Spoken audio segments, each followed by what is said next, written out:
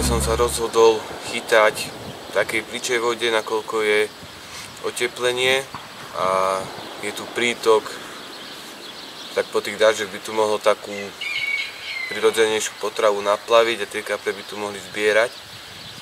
Miesto som si aj vybral kvôli tomu, lebo ma tu zaujalo na tejto zväzovej vode v tomto prítoku trávy, kde by tiež relatívne tá ryba by sa mohla skrývať. No a je tu tak polka je zakalenej vody, polka čistá, tak sa to rozhodnem hádzať medzi to. Môže to priniesť úspech, ale nemusí. Rozhodol som sa chytať čisto len na malé pobabky, štrnácky, ananás, banán. Skúsim určite aj gorál, novinku tohto roku. A rozrobil som si Method Mix, ktorý klasický do krmítka. Na druhú dicu používam PVAčku, uvidím, čo bude úspešnejšie. Tu vám ukážem, klasika, montážička, krátka, žiadna špekulácia, bužírka proti zamotaniu, malé olovko, háčik, popka. Nič zložité, krmítko s metodiákom. Tak ideme sa to tam snažiť hodiť a hádam, čo bude.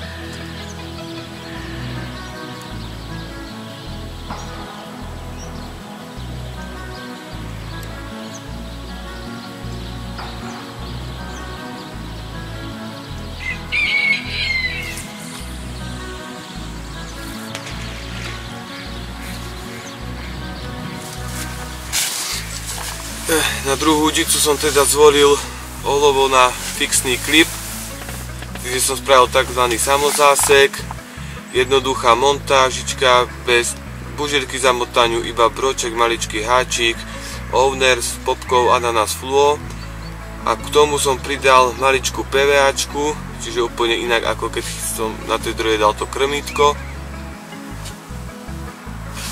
A ideme loviť aj s týmto.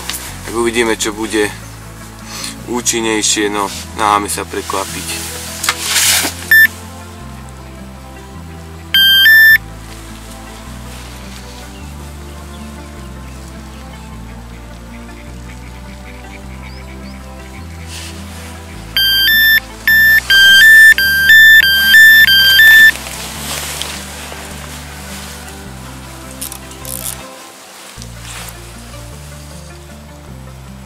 Je tam.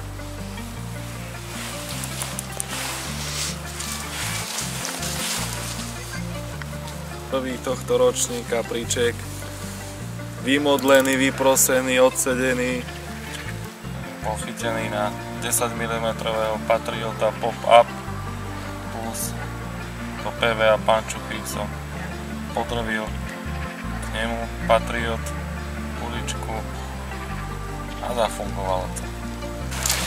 Tak máme ďalšieho kapríka do zbierky. Zabral na fluo ananás, namočená v práškovom ešte DP fluo.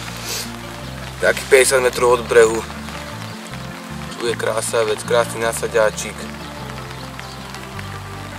Tak ideme na ďalší, nech si trošku zachytáme. Tak naša rybačka sa blíži ku koncu. Zdolali sme pár kapríkov menších. Tam, kde sa vyhadzovali také väčšie, čo sme badali, to bolo mimo náhodu. Veľká diaľka, sme nemali šancu tam dohodiť. Najviac fungovalo teda tá PVAčka s tým jednoduchým nadväzcom. Žiadne bižutérie iné, iba čisto šnúrka, háčik, malá popka 10 mm. Nič viac. Tak to je taká rada na záver. Pri tomto skorom jarnom love kapra je marec, 6. marca. Tak, studená voda, je to úspech určite, aspoň pre mňa.